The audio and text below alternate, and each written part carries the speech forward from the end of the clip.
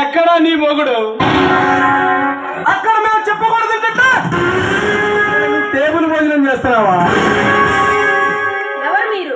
మీ ఆయన వీర జవాలని విరవిగే స్టేషన్ లోకి నెట్టిన నాగేంద్ర భూపతి రుద్ర భూపతి.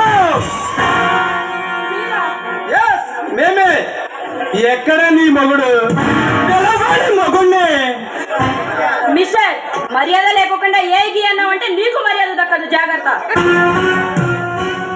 తమ్ముడు, దీన్ని ఏ అన్నందుకే ఇంత రోషం వచ్చింది. ఆఫ్టర్ ఆడది దీనికే ఇంత రోషం అంటే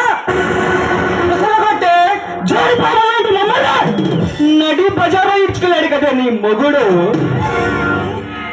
నీకే ఎంత ఉంటాయి? నీ మొగుడు చేసిన దానికి మాకెంత ఉండాలి? మీలాంటి దుర్మార్గుల్ని స్టేషన్ లో పెట్టడం కాదురా, ఇల్లు రచించిన పాపం లేదు. శబాష్, వాడికే మెంటల్ అనుకుంటే వాడికి తగ్గ పిల్లమనిపించిందేరా. ఇంత పొగరుగా మాట్లాడా నిన్ను వదిలిపెట్ట.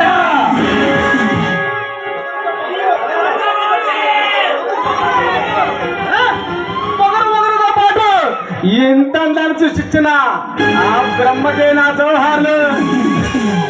రే, పరాయి వాడి భార్యతో అసభ్యంగా ప్రవర్తించడానికి మీకు సిగ్గు లేదు? సిగ్గా దేనికే? మేము మధ్య పడితే బిడ్డ తల్లిని మగుడి పైన ఆడదాన్ని దేనిని వదలా. అలాంటిదే చూస్తేనే కలవరం పుట్టేని ఈ అందాన్ని కౌగిలించుకోకుండా ఎలా ఊరుకుంటావే?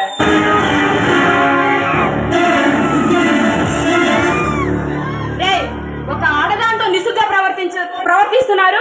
మీరు మనుషులా పశువులా? మీకు నాలాంటి అక్క చెల్లెలు లేరా?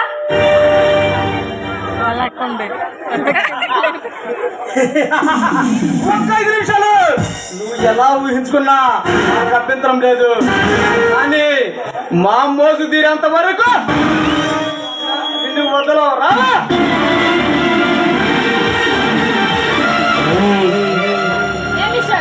మరొకసారి ఒంటి మీద చేయేసావంటే మర్యాద దక్కదు, జాగ్రత్త. అన్నా, దీన్ని టెన్షన్ అనిపిస్తే మసాలా ఉంటుందన్నా.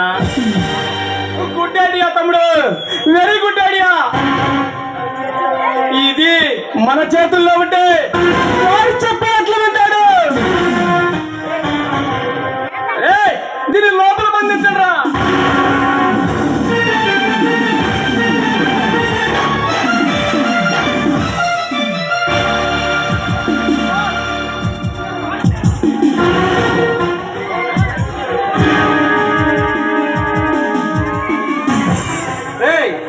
రాజంలో చావు తప్పితే మళ్ళీ నా ఇంటికి వస్తారా?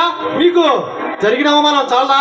అందుకేరా ఆలోచనని గుప్పెట్లో దాచుకొని జరిగిన అవమానానికి ప్రతీకారం తెచ్చుకోవడం కోసం వచ్చావరా?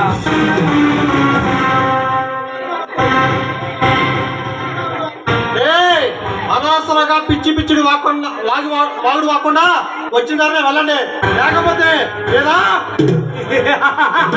వెళ్ళమంటావరా? మమ్మల్ని కాలర్స్ పట్టుకొని నడి బజార్లో విడిచికెళ్ళిన నిన్ను, అదే నడి బజార్లో నిన్ను తీసేవాడిని ఎలా విడిచికెళ్ళకుండా ఉంటామంటావు? నన్ను శవంగా మార్చాలని మామ కరువులు కన్నా దేవాలు ఎందరో కళ్ళకన్నారు. వాళ్ళ కళ్ళగానే మిగిలిపోయాయి, కాల గర్భంలో మిగిలిపోయాయి. చూడు రంజిత్, ఎప్పటికైనా మించిపోయింది లేదు. మరి అదిగా మేము చెప్పినట్లు విను.